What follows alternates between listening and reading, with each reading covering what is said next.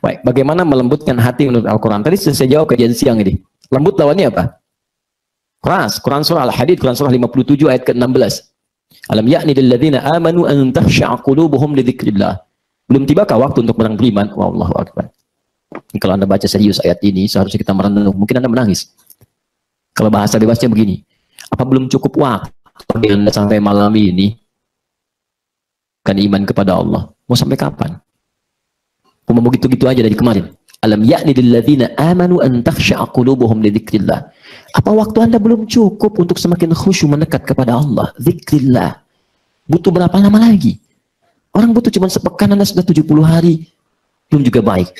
Orang butuh 9 hari, Anda sudah malam ke-19, belum juga khusyuk ibadah. Mau butuh berapa lama lagi? Berapa malam lagi? Ya. Tapi yang paling menarik, lihat. وَلَا يَكُونُ كَالَّذِينَ أُوتُوا الْكِتَابَ مِنْ قَبْلُ فَطَالَ عَلَيْهِمُ الْأَمَدُ فَقَسَتْ قُلُوبُهُمْ وَكَثِيرٌ lihat minhum fasiqun. Satu, ada orang dulu yang keras hati. Kata terlalu banyak angan-angan. Dan melakukan penyimpangan. Fasik itu dari kata fasaq. Orangnya fasik. Penyimpangannya disebut fusuk. Menyimpang dari ketentuan Allah. Terlalu banyak melamun atau banyak menyimpang, ini menimbulkan hati menjadi keras. Jadi kalau orang kebanyakan maksiat, hatinya keras. Itu puncak tertinggi. Mula-mula itu organ-organ tubuh penangkap informasi kebaikan itu tertutup dulu. Misal, mata misalnya kan. Mata itu kan fungsinya lihat yang baik. Ini. Kalau Anda gunakan menyimpang dari sini untuk melihat yang buruk, maka mata ini tidak akan peka lagi untuk melihat yang baik. Orang yang terbiasa melihat gambar-gambar yang kotor, tidak akan terbiasa melihat gambar-gambar yang baik. Orang yang biasa melihat acara yang buruk, tidak akan ada sentuhan ketika melihat acara yang baik. Puncaknya ketika melihat orang ke masjid pun gak ada getaran. Hati-hati. Bahkan yang paling berbahaya, ketika telinganya pun kompak. Biasa mendengar yang buruk, maka telinga tidak akan pernah terbiasa mendengar yang baik. Hati-hati, Anda sering dengarkan yang tidak baik dan sebagainya. Begitu Anda dengar azan, telinga ada sumbatan. Quran surah 6 ayat ke-25. Wa fi adzanihim waqra. Yang paling aneh, yang sering saya katakan, telinganya ada sumbatan. Ini masjid, ini rumah dia, cuma 5 meter jaraknya. Dan lebih hebat lagi, mic di masjid itu ke rumah dia begini. Gak kedengaran. Gak kedengaran. Konser musik jaraknya, Masya Allah, puluhan kilometer. Mau datang taklim dari sini gak kedengaran. Gak kedengaran. Masya Allah. Pak, itu tolong dong jangan terlalu dekat ke sini mic-nya. Masya Allah. Pak, menaranya ketinggian, nanti nimpa rumah saya lagi. La haula wala quwwata illa billah. Muslim gitu kan? Ini kan satu masalah besar di sini. Ada yang salah. Telinga salah, mata salah. Kalau sudah begitu, pasti dampaknya ke hati. Sudah itu. Karena informasi nggak bisa masuk, ke telinga nggak bisa masuk, ke mata nggak bisa masuk, hatinya pasti keras. Ada penyakit di hatinya. Maka turunlah Quran surah kedua ayat ke-7 itu. Al-Baqarah ayat ke-7. Khatamallahu ala qulubihim wa ala sam'ihim wa ala absarihim ghishawa wa lahum 'adzabun 'adzim. Ya, ini awas, hati-hati peringatan. Telinga nggak mau dengar yang baik, mata nggak mau lihat, hati keras. Kurang apa lagi kamu untuk mendapatkan kebaikan? Apa harus disiksa dulu baru sadar? Harus dihukum dulu baru mengerti?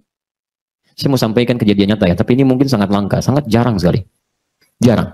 Yang cerita orang yang fiqh di antara guru kami yang memberikan tausiah dalam pernikahan saya. Itu orangnya baik, dikenal soleh luar biasa. Ya, seorang alim beliau, alim. Yang muda tapi sangat dihormati, sangat dihormati.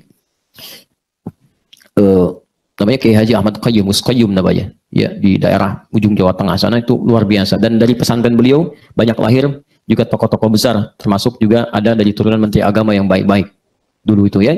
Dan Masya Allah kalau dibantu, nggak mau dibantu pesantrennya, nggak mau dibantu dari pemerintah, nggak mau, maunya dari sendiri aja, dipastikan hartanya yang cukup baik, yang baik itu yang beliau gunakan. Yang paling menarik begini, paling menarik beliau cerita bahwa dulu didapatinya nyata, beliau kisahkan dalam satu acara, saya ingat betul 18 Februari beliau cerita kepada kami, dia sampaikan dulu pernah ada orang yang kalau dengar adzan marah-marah luar biasa. Bukan cuma marah, tapi mengeluarkan kalimat yang tidak pantas. Apa ini suara? Ya hewan lah yang tidak layak diucapkan, yang menggonggong dan sebagainya. Apa ini suara yang bersangkutan? Saya nggak berani menyebutkan, kan? Setiap begitu, satu kali meninggal ya. Karena dia muslim, maka diperlakukanlah dengan perlakuan seperti halnya muslim yang lainnya. Tapi teman-teman, ini nyata, saya tidak mengarang cerita.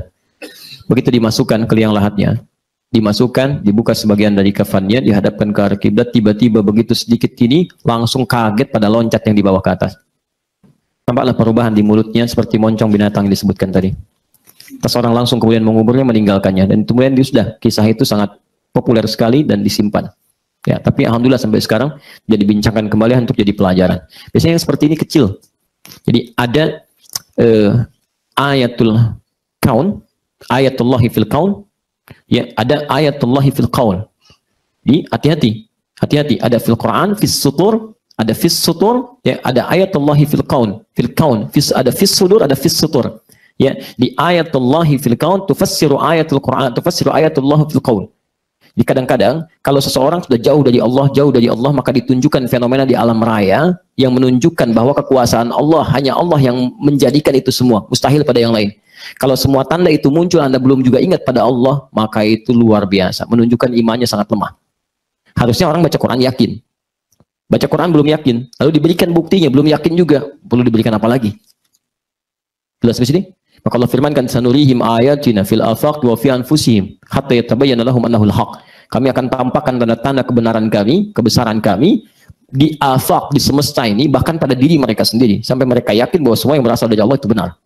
Kalau tanda di alam sudah ditampakkan, Anda belum yakin juga, Anda perlu dikasih apa lagi? Ya, dari mana ceritanya ada seorang bayi lahir tiba-tiba ada lafaz Quran di badannya? Nggak ada yang bisa ngukir itu. Nggak ada. Dari mana ceritanya ada anak lahir tiba-tiba prematur, divonis tidak mungkin hidup dengan baik, 3 tahun tiba-tiba hafal Quran. Masya Allah. Dari mana seperti itu?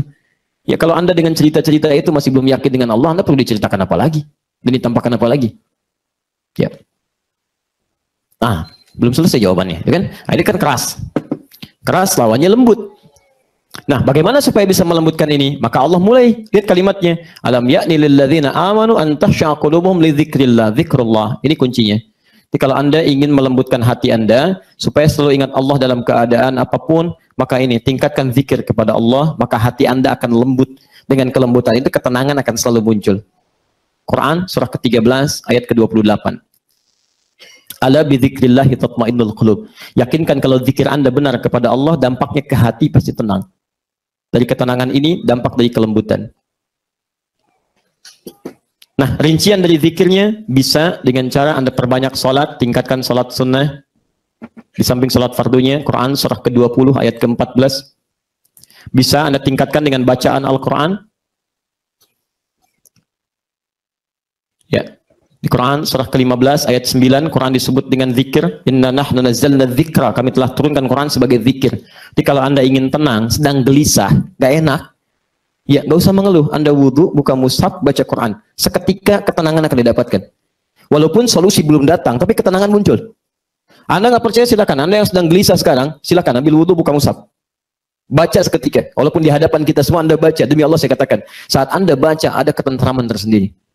Apalagi seketika Anda di rumah, masuk ke ruang, Anda punya ruang ibadah atau ruang tengah, buka aja mushaf. Tiba-tiba tanpa Anda sadar air mata mengalir, tenang. Terus Anda berdoa kepada Allah. Disitulah kemudian solusi akan diberikan. Bimbingan tiba-tiba datang.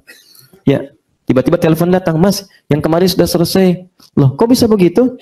Gak nyangka ya? Gak usah disangka. Ketika orang dekat dengan Allah, maka dia akan diberikan rizki dari sisi yang tidak disangka-sangka.